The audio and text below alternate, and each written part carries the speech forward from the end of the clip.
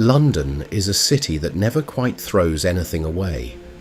Its street names are the proof, little fossils left in the pavement, each one carrying a piece of a world that has otherwise vanished. Last time we walked through some of the darkest. This time let's follow another set of strange ones and see what they were trying to tell us. Start with Crutched Friars, a name that sounds like an insult but isn't. It remembers an order of friars who once had a house here, who wore a cross on their robes. Crutched is simply an old, worn-down version of crossed. The friars are long gone, dissolved and scattered, but the street still quietly wears their cross. Then there is Birdcage Walk, running along the edge of St. James's Park. The name is exactly what it says. This was once the site of the Royal Aviary, where King James kept his collection of exotic birds in cages along the path.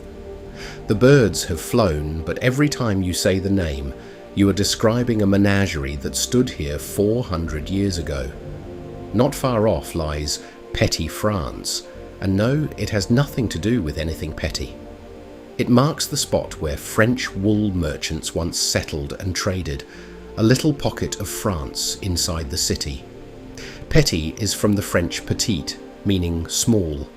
A small France remembered in a street sign. London loves a name that makes you wince, and Hanging Sword Alley delivers. It most likely took its name from an old inn or a shop sign showing a hanging sword, common in the days when most people couldn't read and a picture did the work. But the alley also sat near fencing schools, so the blade may have been more than decoration. Consider Frying Pan Alley over in Spitalfields. Again, the answer is a sign. Ironmongers and braziers working here would hang a frying pan outside their premises to show their trade, and the name stuck to the whole alley.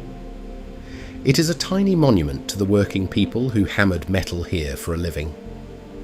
Some names are stranger and older than they look. Take Shoulder of Mutton Alley down in Limehouse.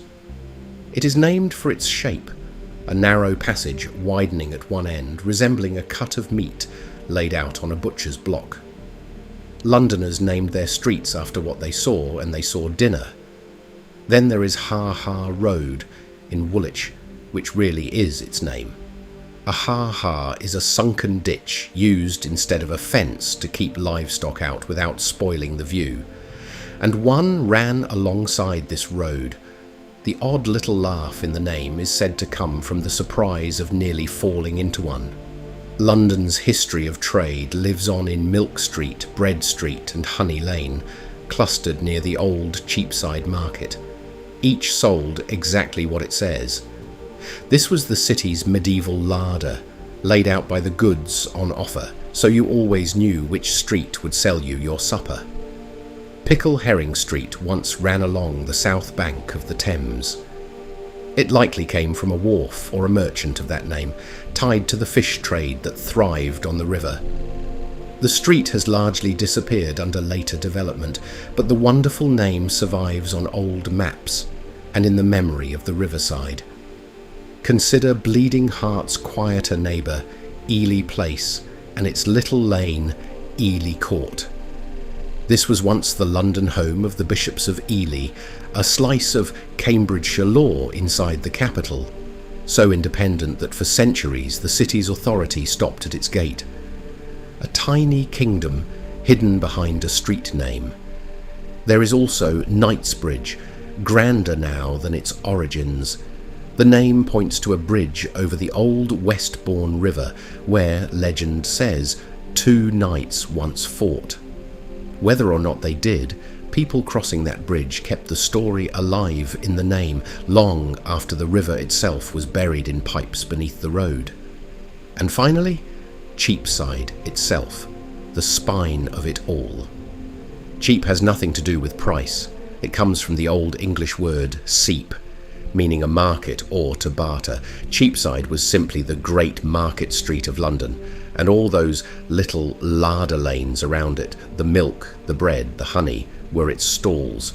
So the next time a London street name stops you in your tracks, Remember, it is rarely random. It is a job, a sign, a river, a shape, or a story, pressed into the map and left for you to find. The city is still whispering its history, one strange name at a time.